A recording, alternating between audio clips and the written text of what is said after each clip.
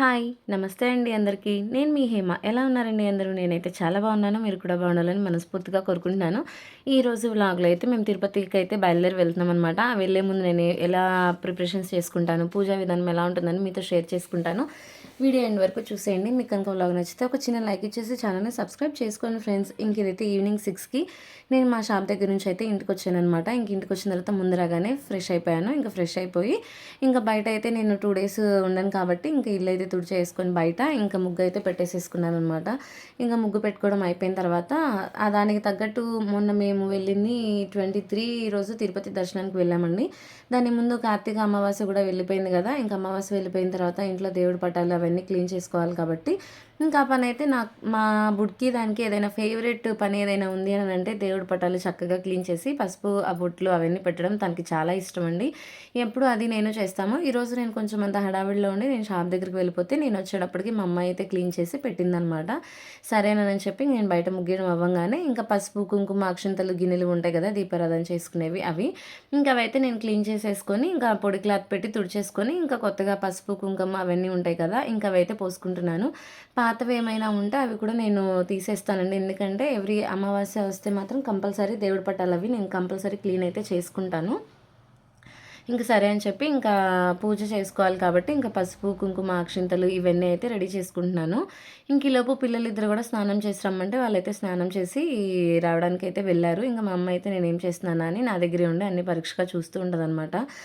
ఇంక ఇక్కడైతే పసుపు నీళ్ళైతే చల్లుతున్నానండి. ఎందుకంటే తిరుపతికి వెళ్తున్నాము. అది కాక షాప్ దగ్గరికి వెళ్ళి బయటికెళ్ళి వస్తూ ఉంటాం. ఎవరెవరో వస్తూ ఉంటారు కదా! అందుకనని చెప్పి ఇంక నేనైతే ఇంట్లో మళ్ళీ ఊరికి తీసుకెళ్ళే బట్టల మీద, ఇంట్లో మా మీద, పిల్లల మీద అంతా పసుపు నీళ్ళైతే చల్లుకున్నానండి. ఏదైనా పెద్దవాళ్ళ దగ్గర నుంచి చూసే చిన్న పిల్లలు ఏదైనా నేర్చుకుంటారు. అది మంచి అవ్వనివ్వండి, చెడు అవ్వనివ్వండి. మనం ముఖ్యంగా ఆడపిల్లలు అనేటప్పటికి ఇంట్లో ఉన్నప్పుడు మనం ఏంటంటే చిన్నప్పటి నుంచే వాళ్ళకి అన్ని పనులు అలవాటు చేస్తూ ఉండాలి. మనం చేసే ప్రతి పని వెనకాల అది ఎందుకు చేయాలి, ఎలా చేయాలి, దీనివల్ల యూజ్ ఏంటి అని ప్రతిదీ వాళ్ళకి వివరంగా చెప్తే వాళ్ళైతే అర్థం చేసుకొని చేస్తారండి.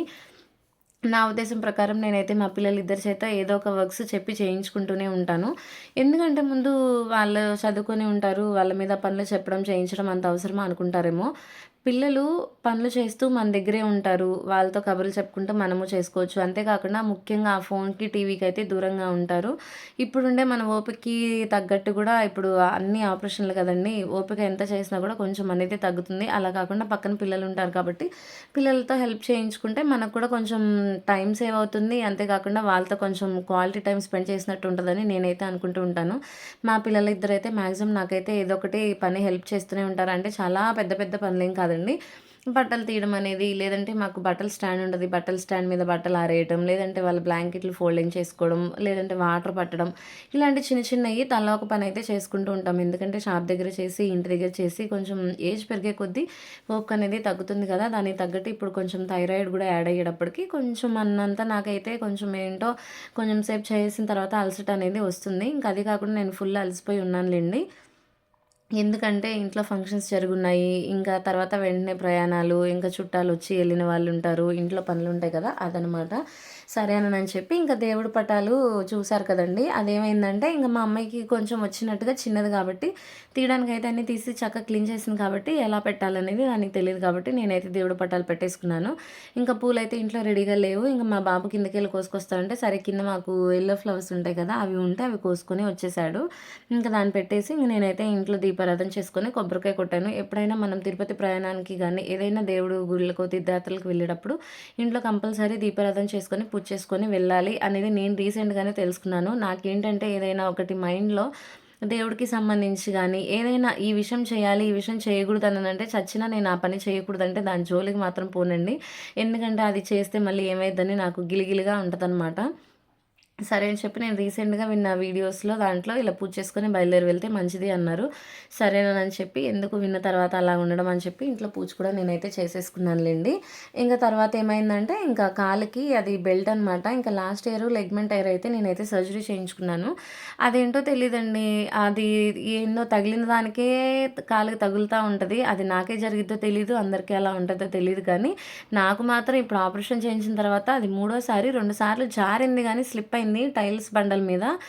అంటే పక్కన ఏదన్నా ఉంటే దాన్ని పట్టుకోవడం అలా బ్యాలెన్స్ చేసుకున్నాను. మొన్న మూడోసారి పడినప్పుడు మాత్రం అది ఫంక్షన్ హాల్‌లో అయితే పడిపోయానండి. ఇంకా పడడం ఇంకా అయిపోయింది. ఫంక్షన్ అంతా కొలాప్స్ అయిపోయింది. నేనేం నడవలేను అనని అనిపిచ్చేసింది. చాలా ముందు బాధ అనిపిచ్చేసింది. కానీ ఇంక నేను అక్కడ పిలవడానికి ఎవరు లేరు. బయటేమో రీసౌండ్స్ వస్తున్నాయి. Music sounds. ఇంకా తెలిసిన వాళ్ళొస్తే మా డ్యాడీని పిలిస్తే డ్యాడీ లోపలికొచ్చారు. డ్యాడీ అయితే లేపలేకపోయారు. అంటే పడిపోయాను కదా! కూర్చొనున్నాను. ఇంక తర్వాత ఆయన వల్ల కాదులే అనని చెప్పి ఇంక వాళ్ళ మా వారినైతే పిలుచుకొచ్చారు. ఇంక ఆయనైతే నన్ను లేపి కొంచెం కాలది సెట్ చేశారనమాట. ఒక 5 నిమిషాలు, 10 నిమిషాలు రిలాక్స్ అయిన తర్వాత ఇంక అప్పుడైతే మళ్ళీ ఫంక్షన్‌లోకైతే జాయిన్ అయ్యాను. ఇంకా ఆ వీడియోస్ ఫంక్షన్‌కి సంబంధించిన షార్ట్స్ అన్నీ నేను షార్ట్స్ డే ఈవినింగ్ టైంలో గానీ అలా అప్‌లోడ్ చేస్తున్నాను. ఎవరైనా చూడకపోతే మన ఛానల్‌లోకెళ్ళి ఒకసారి చెక్ చేయండి. మేమెంత చక్కగా చేసుకున్నామో పిల్లల ఫంక్షన్ అనేది. అంటే బాబుకి 13 ఇయర్స్‌కి ధోతి, పాపకి 9 ఇయర్స్‌కి ఓణీల ఫంక్షన్ అయితే చేసుకున్నానండి. ఇంకా అంతకు మించి నాకు 11 ఇయర్స్‌కి ఇవ్వడం నాకైతే ఇష్టం లేదు పాపకి.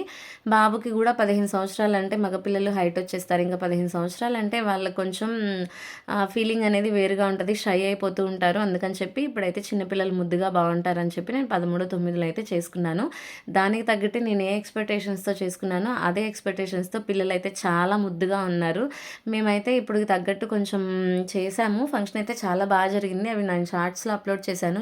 ఎవరైనా చూడకపోతే చూసేయండి. సరే అని చెప్పి ఇంకా టిఫిన్ అయితే బయట తెప్పించుకున్నాము. నేను మధ్యలో షాప్ దగ్గరికి కూడా వెళ్ళానండి. ఇంక షాప్ దగ్గర ఉండి ఇద్దరం షాప్ చూసుకొని కట్టేసుకొని 8:30కి అలా క్లోజ్ చేసుకొని ఇంటికొచ్చాము. ఇంటికొచ్చిన తర్వాత మా వారైతే స్నానానికి వెళ్ళిపోయారు.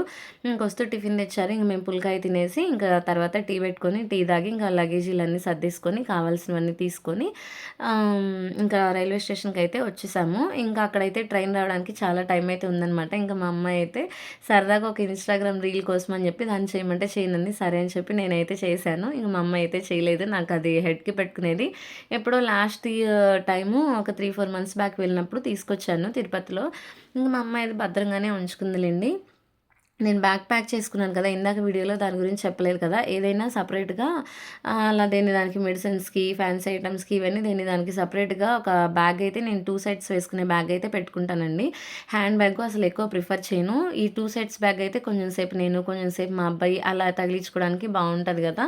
ముందు కంఫర్ట్ ఉంటది. హ్యాండ్ బ్యాగ్ అయితే ముందుకు పడిపోతా ఉంటదేమో అనిపిస్తూ ఉంటది. నాకు అదే బాగా అలవాటు. అందుకని నేను ఎక్కడికి జర్నీకెళ్ళినా ఆ 2 సైడ్స్ బ్యాగే తీసుకొని వెళ్తాను.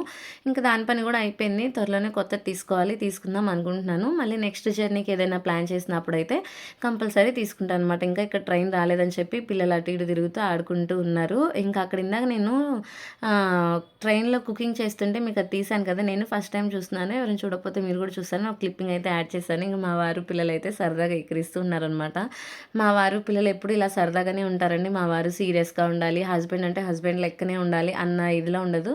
చాలా సరదాగా కలిసిపోయి నవ్వుతూ సరదాగా మాట్లాడుతుంటారు. ఇంకా ఎప్పుడైనా నేనే గబాల్న సీరియస్ అవుతాను గానీ, మా వారైతే 90% సీరియస్ అవ్వరు. ఎప్పుడో బాగా పిచ్చి లేచినప్పుడు, నేను మరీ ఇరిటేషన్ తెప్పించినప్పుడు అరుస్తారనమాట.